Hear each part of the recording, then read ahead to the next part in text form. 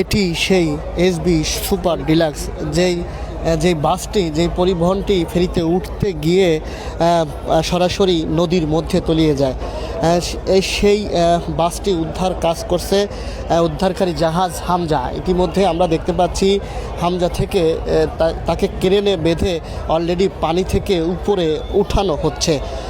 প্রিয় বন্ধুরা যারা আমাদের সাথে রয়েছেন, আমরা দেখানোর চেষ্টা করছি এসবি সুপার ডিলাক্স এই বাসটি উদ্ধারের কাজ দেখানোর চেষ্টা করছি। এই উদ্ধার কাজে যুক্ত হয়েছে বাংলাদেশ পুলিশ, বাংলাদেশ সেনাবাহিনী, বাংলাদেশ তার ফায়ার সার্ভিস এবং বিআরটিএ কর্মকর্তারা কিন্তু এবং ডুবুরিরা কিন্তু এই বাসটি উদ্ধারের কাজে যুক্ত রয়েছে।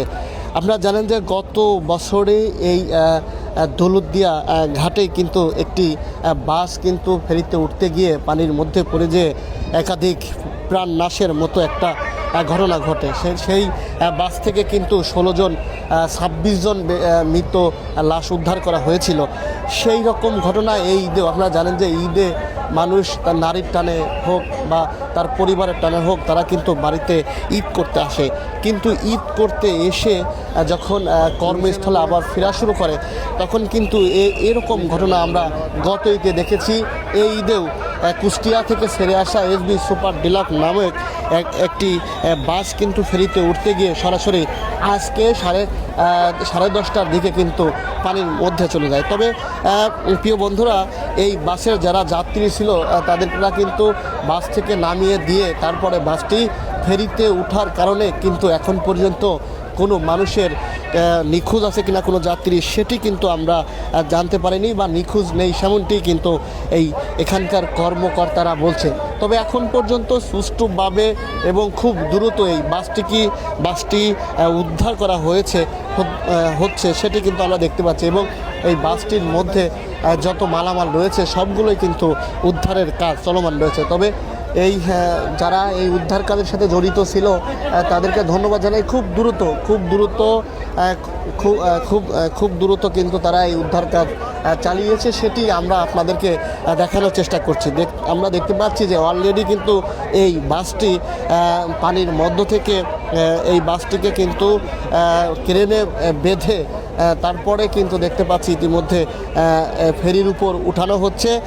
তবে এখন পর্যন্ত কোনো যাত্রী নিখোঁজ নেই, নিখোঁজের কোনো ঘটনা কিন্তু আমাদের পাইনি, এখন পর্যন্ত কোনো নিখোঁজ নেই। তবে একাধিক উদ্ধারকারী জাহাজ কিন্তু ঘটনা ঘটার পরপরই দ্রুত এই ঘাট চত্বরে কিন্তু তারা এসে এবং তারা কিন্তু উদ্ধার কাজ চালিয়ে ইতিমধ্যে আমরা দেখতে পাচ্ছি যে এসবি সুপার ডিলাক্স যে পরিবহনটি পানির মধ্যে চলে গেছিল ফেরিতে উঠতে গিয়ে সেটি দেখতে পাচ্ছি ক্রেনে বেঁধে ইতিমধ্যে কিন্তু তারা নদীর পাড়ের যে ফেরিটি রয়েছে সেই ফেরির উপর উঠানোর কাজ চলছে।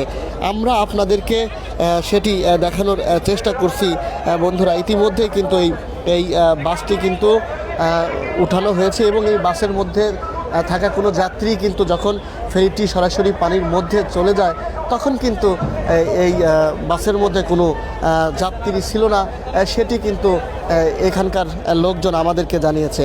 আমরা আপনাদেরকে শেষ আপডেট দেওয়ার চেষ্টা করছি যে এখন পর্যন্ত গাড়িটি কিন্তু উঠছে। আমরা শেষ পর্যন্ত দেখানোর চেষ্টা করব এবং চেষ্টা করছি শেষ পর্যন্ত যে যদি ড্রাইভার বা হেল্পার যদি নিখোঁজ থাকে সেই ধরনের কোনো ঘটনা আছে কিনা সেটি আমরা আপনাদেরকে সরাসরি দেখানোর চেষ্টা করব। আপনারা অবশ্যই আমাদের সাথে থাকবেন।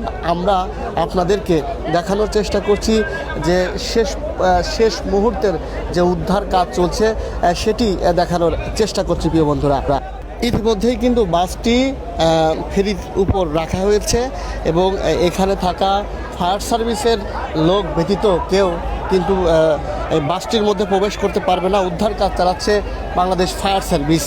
এখন পর্যন্ত এই দৌলতদিয়া ফেরিঘাট থেকে আপডেট ছিল এটি। এখন পর্যন্ত কিন্তু বাসটি উপরে উঠানো হয়েছে এবং এর সাথে কিন্তু পুলিশ, ফায়ার সার্ভিস, বিআরটিএর সাথে কিন্তু যুক্ত হয়েছে বাংলাদেশ সেনাবাহিনীর টিমও আমরা দেখতে পাচ্ছি এই উদ্ধার কাজের সাথে যুক্ত হয়েছে। প্রিয় বন্ধুরা, গত ঈদেও কিন্তু ঘটেছিল এই ঘাটে একটি ঘটনা।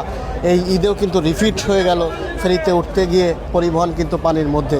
সেটি আমরা আপনাদেরকে সরাসরি দেখানোর চেষ্টা করছিলাম এই দৌলতদিয়া ফেরিঘাট থেকে এখন পর্যন্ত। প্রিয় বন্ধুরা, আমাদের সাথে থাকুন, আমরা আপনাদের আরও তথ্য দেওয়ার চেষ্টা করব, ততক্ষণ আমাদের সাথেই থাকবেন। আমরা দেখতে পাচ্ছি ফায়ার সার্ভিস কর্তৃপক্ষ, ফায়ার সার্ভিসের সদস্যরা কিন্তু উদ্ধার কাজ